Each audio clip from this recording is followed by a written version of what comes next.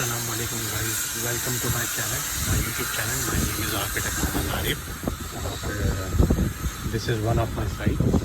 Basically हम इस channel के अंदर बहुत सारी चीज़ें लर्न करने की कोशिश करेंगे। मुझे आप लोगों के सब्सक्राइबर्स की ज़रूरत है और लाइक की भी ज़रूरत है, तो प्लीज़ इस चैनल को लाइक कीजिए।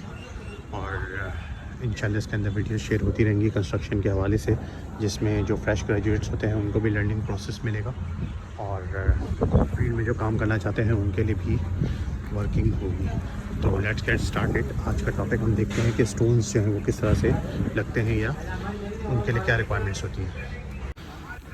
अच्छा, ये हमारी वन ऑफ द साइट्स है और यहाँ पर जो है वो स्टोन लगने की तैयारी हो रही है। जैसा कि आप लोग देख रहे हैं कि स्टोन लगने की तैयारी है। ये हमारे स्टोन लगाने वाले भाई जो कि पत्थर लगाते हैं।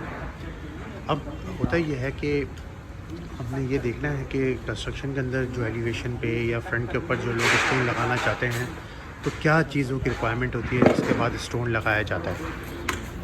जैसा कि हम यहाँ देख रहे हैं कि स्टोन की इंस्टॉलेशन की जा रही है, उसको गुनिये से चेक किया जाता है, देखा जाता है कि कितना सीधा है नहीं है पत्थर। आपने नोट किया होगा, अगर हम इस पूरे बंगले के ऊपर एक नज़र घुमाएं तो जो भी प्लास्टर है वो बिल्कुल जो दीवारों पे जो प्लास्टर हुआ हुआ है, मतलब हम इस रफ पैच की बात कर रहे हैं, वो बिल्कुल स्मूथ है। लेकिन एक बिल्कुल स्मूथ इम्पैक्ट के साथ है। अगर हम इसके बराबर में इसको देखें तो आपको ये नज़र आ रहा होगा कि ये बहुत रफ़ प्लास्टर है। अब ये रफ़ क्यों है और ये स्मूथ क्यों है, इसके पीछे का एक पूरा प्रोसेस है। बेसिकली होता ये है कि जब हम पत्थर लगा रहे होते हैं कंस्ट्रक्शन के अंदर, जब हमें जहाँ भी पत्थर लगाना होता है वहाँ हम जो है ना इसको रफ़ प्लास्टर करते हैं। रफ़ प्लास्टर इसलिए करते हैं कि स्टोन जो होता है उसका अपना एक वेट होता है, उसकी एक अपनी थिकनेस होती है और वेट होता है। तो उससे क्या नुकसान होता है कि अगर हम स्टोन को किसी बिल्कुल स्मूथ सरफेस पे लगाएंगे तो वो कुछ टाइम के बाद गिर जाएगा। रफ सरफेस में ये होता है कि इसके पीछे जो हमारे पास ये जो पॉकेट्स बन गए होते हैं, जो इसके अंदर पोर्स आ गए होते हैं, उससे क्या होता है कि ग्रिप मजबूत हो जाती है आपके स्टोन की। चलिए हम देखते हैं कि स्टोन्स किस तरह लग रहे हैं। स्टोन्स का ये होता है कि स्टोन्स पहले जो है वो डिफरेंट साइज़ में जो भी आपको डिज़ाइन लगाना होता है वो कटता है। जैसे कि यहाँ पर सैम्पल्स लगे हुए हैं डिफरेंट स्टोन के डिज़ाइंस के। तो जैसे कि ये पहले जो है वो दीवार पे पकड़ के लिए जो है वो पानी का स्प्रे करा जा रहा है। और ये स्टोन जो है आपको दिखाऊँ कि ये काफ़ी ज़्यादा थिकनेस के साथ है। आप ये देख रहे हैं एक स्लैब जो है वो तकरीबन समथिंग अराउंड जो है वो 2 इंच के करीब की थिकनेस में स्लैब है।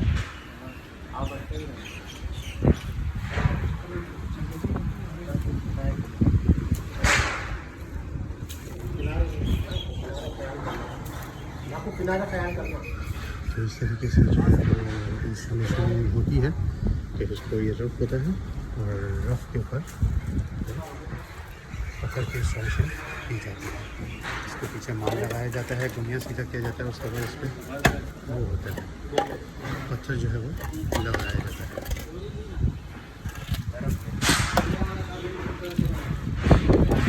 फिर जो हमें जिस वॉल के ऊपर जितना स्टोन चाहिए होता है हम उस वॉल को रफ प्लास्टर करते हैं और फिर उसके बाद पत्थर की इंस्टॉलेशन शुरू हो जाती है।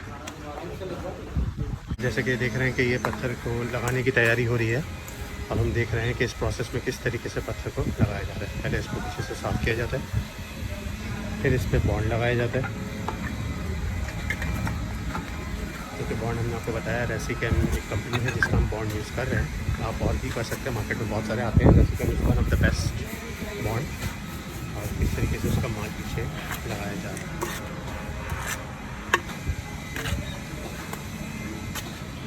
बेसिकली बॉन्ड और सीमेंट और अलग अलग मटेरियल बाइंडिंग एजेंट लोग यूज़ करते हैं। मोटार कहा जाता है टेक्निकल लैंग्वेज में, जिससे ये चिपकाया जाता है, दीवार के ऊपर पेस्ट किया जाता है। बट बॉन्ड क्या होता है कि उसकी बॉन्डिंग किसमें केमिकल होता है, तो उसकी बॉन्डिंग जो है वो ऑलरेडी बहुत ज़्यादा स्ट्रॉन्ग होती है, जो कि पत्थर को गिरने नहीं देती। तो जैसे कि थोड़ा सा डिज़ाइन ऑलरेडी सामने लगा हुआ आपको नजर भी आ रहा है हमारे रफ प्लास्टर वाले पैच पे। तो अब जो है वो हम इसमें मज़ीद देख रहे हैं कि किस तरीके से इस पत्थर को इंस्टॉल करें।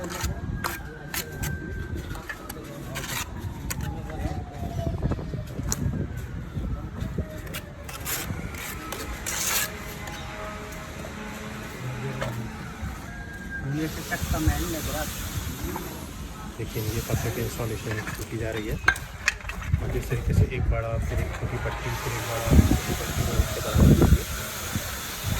लगाया जाता है। इस तरीके से इसको फिक्स किया जाता है। फिर इसको बैलेंस भी देखा जाएगा फिक्स करने के बाद कि कितना बैलेंस है पत्थर के नहीं। ऐसा किया जाएगा। हाँ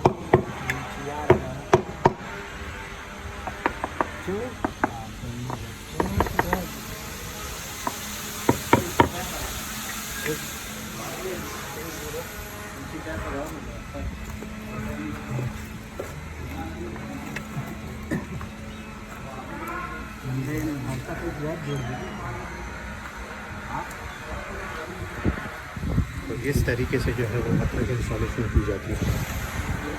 बेसिकली ये एक कॉमन फिनोमेना है, जहाँ भी हमें स्टोन लगाना होता है हम वहाँ पर रफ ऐसा करते हैं और उसके बाद पत्थर की इंस्टॉलेशन इस तरीके से की जाती है। और नीचे जैसा आप देख रहे हैं कि ये स्टोन का ये भी एक तरीके से स्पेसर का काम कर रहा है। जैसे आप मेरी टाइल वाली वीडियोस में देखेंगे तो स्पेसर का काम होता है कि इक्वल डिस्टेंस पे हर चीज़ को मेंटेन करना। तो ये एक दूसरी तरीका भी है जो ये यूज़ करते हैं। तो इससे जो है वो एक तो नीचे से भी ऊपर रखते हैं पत्थर को और एक अलाइन एक स्ट्रेट लाइन पत्थर की होती है। अगर हम मैं गौर से आपको दिखा सकता हूँ तो एक बहुत पतली सी वायर जा रही है, ये आपको नज़र आ रही होगी वायर, ये एक वायर। इस वायर का भी यही काम है कि ये सिंपल ये उसको सीधा जो है वो अलाइन वायर अगर हमने करना और इस तरीके से इसकी बैक पे पूरा केमिकल लगा हुआ नज़र आता है जिसको हम बॉन्ड कहते हैं और इस तरीके से पत्थर की इंस्टॉलेशन की जाती है। आप नोट कर रहे होंगे इस पत्थर का ये इस घर का एज है, यहाँ से पत्थर ने दोबारा घूमना है इस तरफ, तो साइड को स्ट्रेट नहीं। ये इस तरीके से कलम बनाया हुआ है। हम इसको कलम इसलिए बोलते हैं, इसके पीछे का आइडिया ये होता है कि कलम का काम ये होता है कि जो दूसरा पत्थर होगा वो भी इसी शेप में कटा होगा और वो पूरा इसके साथ आके बिल्कुल एज टू एज मिल जाएगा। इस तरीके से जहाँ भी कॉर्नर आ रहा होता है उसको हम कलम बनाते हैं और फिर उसके बाद पत्थर को दूसरे को उसके साथ जॉइन करते हैं ताकि वो एक ही कंटिन्यूटी के अंदर आ जाए। तो उम्मीद है कि आपको जो है वो पत्थर की इंस्टॉलेशन वाली वीडियो के जो है वो कुछ टेक्निकल चीज़ों में भी समझ आया होगा कंस्ट्रक्शन के लिहाज से। और जो है उम्मीद है कि आप इस वीडियोज़ को लाइक करेंगे और आगे भी शेयर करेंगे। ये एक टेक्निकल वीडियोज़ हैं ताकि जो हमारे भाई सीखना चाहते हैं कंस्ट्रक्शन के डिफरेंट फिनोमेना वो इसको देखें और बहुत कुछ लर्न कर सकें। तो उम्मीद है कि आपको वीडियो पसंद आई होगी। प्लीज़ शेयर कीजिए, लाइक कीजिए और सब्सक्राइब कीजिए। जज़ाकल्लाह।